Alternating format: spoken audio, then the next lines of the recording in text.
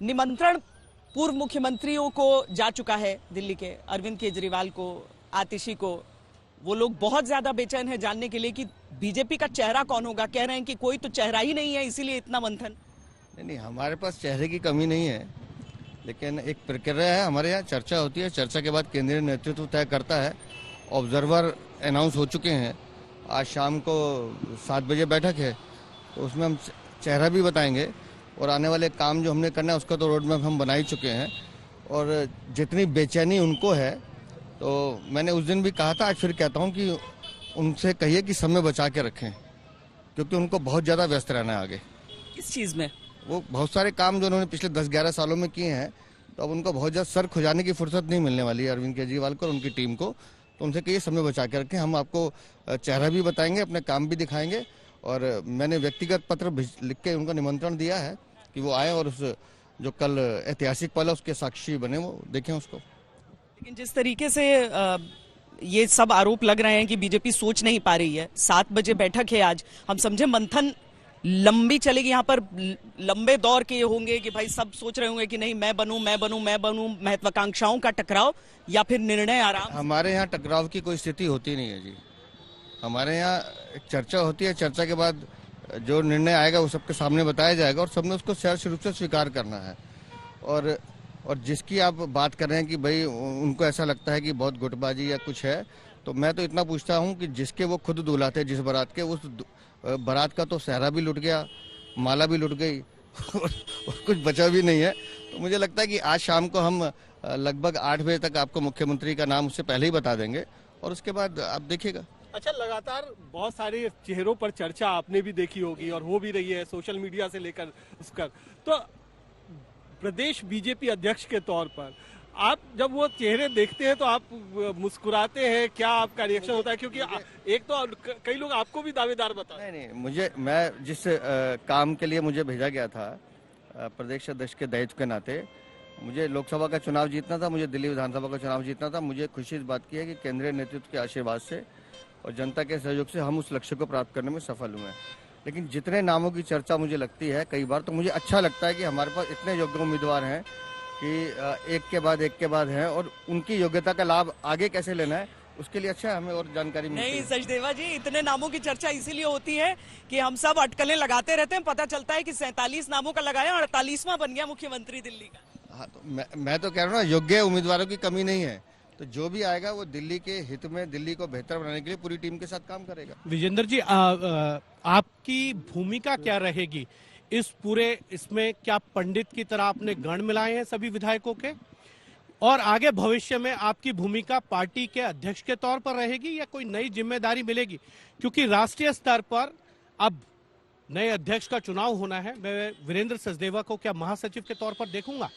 हिमांशु भाई, हमारे यहाँ जो दायित्व मिलता है वो हमारी इच्छा से नहीं मिलता है। मुझे जब अध्यक्ष भी बनाया गया तो मुझे नहीं पता, मैं तो रणथंभौर में बैठा हुआ फोटोग्राफी कर रहा था। तो हमारे यहाँ हर कार्यकर्ता को कब दायित्व देना है, कहाँ दायित्व देना है, ये नेतृत्व हमारा तय करता है। मेरा काम जब तक इस पद पर है, मैं उस पद का निर्वाह कर रहा हूँ। इसके बाद जब पूरी टीम, राष्ट्रीय टीम बनेगी, उसके बाद प्रदेशों की टीम बनेगी, मेरी जो भूमिका संगठन तय करेगा उसमें काम करेंगे। अच्छा, कल एक बहुत बड़ा आयोजन है रामलीला मैदान में, वहाँ पर बहुत बड़ी तैयारी है। किस तरीके, क्योंकि आपके ऊपर पूरा दायित्व है उस तैयारी को पूरा करने का, किस तरीके की तैयारी है? कौन कौन से लोग बुलाए गए हैं? किन किन के आने की संभावना है? थोड़ा हमारे दर्शकों को विस्तार से बताएं। नहीं, माननीय प्रधानमंत्री जी रहेंगे, हमारा केंद्रीय नेतृत्व रहेगा, हमारे जो एनडीए के मुख्यमंत्री हैं वो रहेंगे वहाँ पर। सबकी अभी नहीं है, कुछ राज्यों में बजट भी है, शायद तो कुछ 2-3 नहीं भी आ पाएंगे।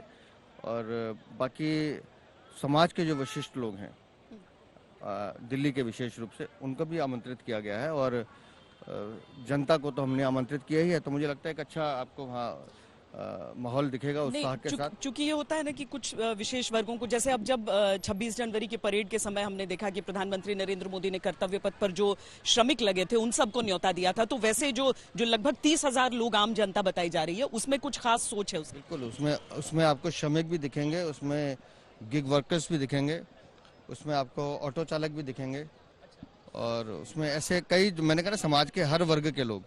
उसमें हमारे गांव देहात के प्रमुख लोग भी दिखेंगे, तो सब लोगों का वहाँ आपको मिश्रण मिलेगा। कई लोग कह रहे हैं अक्षय कुमार भी आने वाले हैं या कुछ इस तरीके के नेता जो अभिनेता जो कि सिनेमा जगत से भी जुड़े हुए हैं, वहाँ पर कुछ गीत संगीत भी हो सकता है, क्या ऐसी भी तैयारी है? नहीं, ऐसी कोई जानकारी मेरे पास नहीं है। सर, कौन आ रहा है? वीरेंद्र जी, एक सवाल है, क्योंकि आपकी मैनिफेस्टो में जब आप संकल्प पत्र जारी करा रहे थे तो कैबिनेट आपने बताया था कि ये आप करने वाले हैं, तो कैबिनेट की जो पहली बैठक होगी उसमें कौन कौन से निर्णय लिए जा सकते हैं? सबसे पहले देखिए, 2-3 चीजें तो स्पष्ट रूप से हमारे केंद्रीय नेतृत्व ने भी बताई हैं। आयुष्मान योजना लागू होगी पहली कैबिनेट में। जितने घोटालों की जांच चल रही है उसके लिए एसआईटी का गठन होगा। ये हमारी प्राथमिकता में है, क्योंकि दिल्ली को जो लूटने का काम किया गया है, ऐसे दोषियों को बख्शा नहीं जा सकता। उसके साथ साथ यमुना की सफाई का जो हमारा काम है उसको हम पहली कैबिनेट की बैठक में रखने वाले, क्योंकि वो समय सीमा के अंदर ही पूरा करना है। तो ऐसे कुछ महत्वपूर्ण काम है जिनकी चर्चा, बाकी मुझे लगता है मुख्यमंत्री जब बनेंगे, उनकी कैबिनेट बनेगी, वो जो निर्णय करेगी उसमें और जोड़ेंगे। महिला सम्मान निधि भी पहली कैबिनेट में हो जाएगा 2500? बिल्कुल होगा जी, वो हमारे संकल्प पत्र का सबसे बड़ा हिस्सा है। नहीं, चूंकि एक ऐसी चीज है दिल्ली में जो हमेशा से सामने दिख जाती है और सिर्फ देश नहीं दुनिया देखती है, और वो है प्रदूषण। उसका भी काम अगर अभी से नहीं, उस हवा प्रदूषण का, वो हमारी प्राथमिकता में है। इसलिए मैंने कहा, क्योंकि हम सरकार के बाहर बैठे हुए देख रहे हैं, अंदर सरकार में क्या स्थिति, कैसे उन्होंने काम को बढ़ाना है, इसलिए मैंने कहा मुख्यमंत्री उनकी कैबिनेट तय करेगी।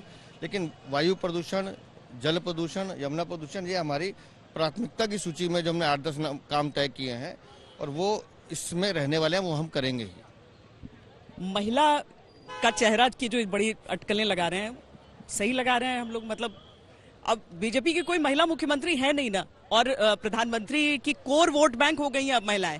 वो हर जगह जाकर महिलाओं की बात करते हैं। उज्ज्वला के समय से अभी तक देखिए, हमने तो चुनाव में भी सबको प्रतिनिधित्व दिया है, लेकिन ये निर्णय क्योंकि केंद्रीय नेतृत्व ने करना है, तो इस पर मेरा कुछ भी कहना ठीक नहीं। लेकिन हमारे पास योग्य चेहरों की कमी नहीं है। रामलीला मैदानी क्यों चुना आपने? अरविंद केजरीवाल 3 बार वहां मुख्यमंत्री की शपथ ली, उसलिए वो आपको बताना था कि आपकी जो जीत हुई है वो उससे बड़ी है।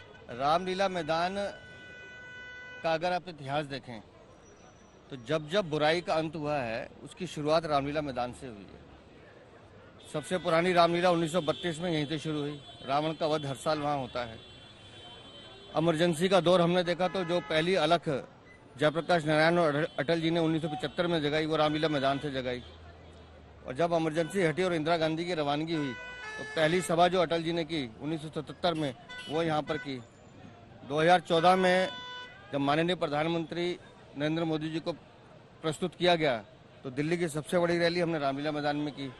तो अब दिल्ली के कुशासन के जो पराजय हुई है और कुशासन का जो अंत हुआ है, तो निश्चित रूप से रामलीला मैदान से बेहतर क्या हो सकता है। लेकिन 2013 आप स्किप कर गए, उस समय आपको हरा करके अरविंद केजरीवाल ने रामलीला मैदान में ही शपथ लिया था। 13, 15, 20 13-15 तो वो कहीं ना कहीं 13 तो कांग्रेस को हराया। 13 में कांग्रेस को हराया था जी, हम तो 15 सत्ता में नहीं थे। पर 15 और 20 तो चैलेंज में आप लोग, तब भी दिल्ली की सरकार में हम नहीं थे, हम तो अपनी लड़ाई लड़ रहे थे। तो अब जब दिल्ली की सरकार का कुशासन जा रहा है, तो भारतीय जनता पार्टी की सरकार रामलीला मैदान से बेहतर क्या हो सकता है। पर सचदेवा जी देखिए, बहुत सारे ऐसे जरूर हैं सीटें जहां से बहुत बड़े मार्जिन से जीती बीजेपी, लेकिन बहुत सारी ऐसी सीटें, और वो जो जंगपुरा की सीट भी, जिसको बहुत प्रतिष्ठा की भी सीट माना गया, वहां पर 1000 के नीचे का आंकड़ा रहा, 350 तक का आंकड़ा रहा जिससे जीत हासिल हुई है। यानी कि अरविंद केजरीवाल की पार्टी ऐसा नहीं है कि पूरी तरीके से उसका वोट बैंक ध्वस्त हुआ था। तो आप लोगों के ऊपर ये भी रहेगा कि अगले चुनावों से पहले आप उन सबको भी दिखाएं कि देखो हम कैसी दिल्ली बना सकते। देखिए, उनका जो वोट बैंक है ना, वो वोट बैंक उनके छल और झूठ में लिपटा हुआ वोट बैंक है, जिसको काफी हद तक इस बार हमने तोड़ने में सफल हुए। लेकिन अभी भी हमें लगता है कि आपने ठीक कहा कि 48 पे रुकना नहीं है और अपने काम को और बेहतर बनाना है, और इसके लिए संगठन है। सरकार जनसेवा में लगेगी, जनसेवा के काम करेगी, लेकिन हमारा जो काम है दिल्ली में और बेहतर ढंग से अपने संगठन को मजबूत करना। और जहाँ जहाँ कमी रही है, जैसे मैंने एक जगह कहा भी कि हमने 52 सीटों का लक्ष्य लिया था, कभी हमने बोला नहीं 48 पे रह गए, तो मैंने उन 4 की भी समीक्षा की कि वह क्या कारण रहा कि जो हमारे हाथ में नहीं आई। तो हम अपने गलतियों को सुधारने का प्रयास हमेशा करते हैं, और नया कुछ सीखने में हमें कोई संकोच नहीं है, आगे और सीखेंगे।